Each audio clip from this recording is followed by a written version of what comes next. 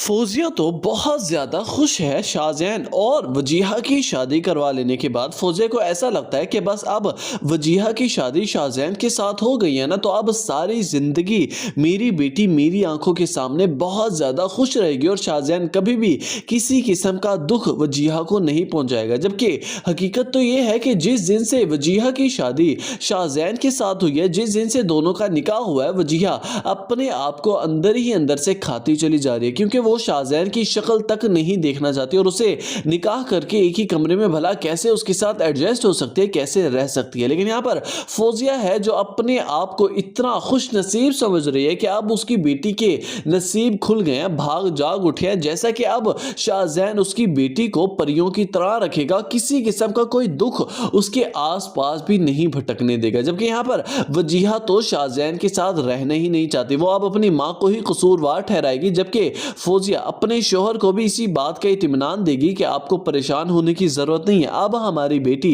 شاہزین کے ساتھ بہت زیادہ خوش رہے گی۔ اب فوزیہ جیسے ہی وہاج کی شکل دیکھتی ہے تو آگ بگولا ہو جاتی ہے، کہنے لگتا ہے کہ اب تم یہاں پر کیا لینے آئے ہو، آخر اب کیا چاہتے ہو، میری بیٹی کی زندگی تو تم نے برباد کر دی۔ تو یہاں پر وہاج بھی چلا کر کہنے لگتا ہے کہ چچی میں نے نہیں، آپ نے اپنی بیٹی کی زندگی خود اجاڑی، اس کا گھر خود خراب کیا، اور میں تو آج نہیں بلکہ بہت پہلے سے جانتا تھا کہ آپ اپنی بیٹی کی شادی شاہزین کے ساتھ ہی کروانا چاہتی تھی، آپ تو میری شادی اس کے ساتھ کروانا ہی نہیں چاہتی تھی، اسی لیے ہی تو آپ نے اس کے دل میں میرے خلاف بھڑکایا، رنجشیں پیدا کی، اور آج اسی بات کا نتیجہ ہے کہ آپ نے اپنی بیٹی کی شادی آخر کار زبردستی اپنے بھتیجے سے کروا ہی دی نا۔ جبکہ دوسری طرف وجیہہ بھی تو اسی بات کا روگ لگا کر بیٹھی ہے، کیونکہ وہ وہاج کو بھلا ہی نہیں پا رہے، اس کے ساتھ ایک بہت بڑا دھوکہ تو ہو چکا ہے، اپنی ماں کی باتوں میں آ کر اس نے شاہزین سے نکاح کر لیا، وہاج سے طلاق بھی لے لی، لیکن اب وجیہہ مزید وہاج کے بغیر رہ نہیں پا رہی۔ سو آپ کا کیا خیال ہے کہ کیا وجیہہ یہی سب کچھ ڈیزرو کرتی تھی؟ اپنی قیمتی رائے سے آگاہ کرنا مت بھولیے گا نیچے کامنٹ سیکشن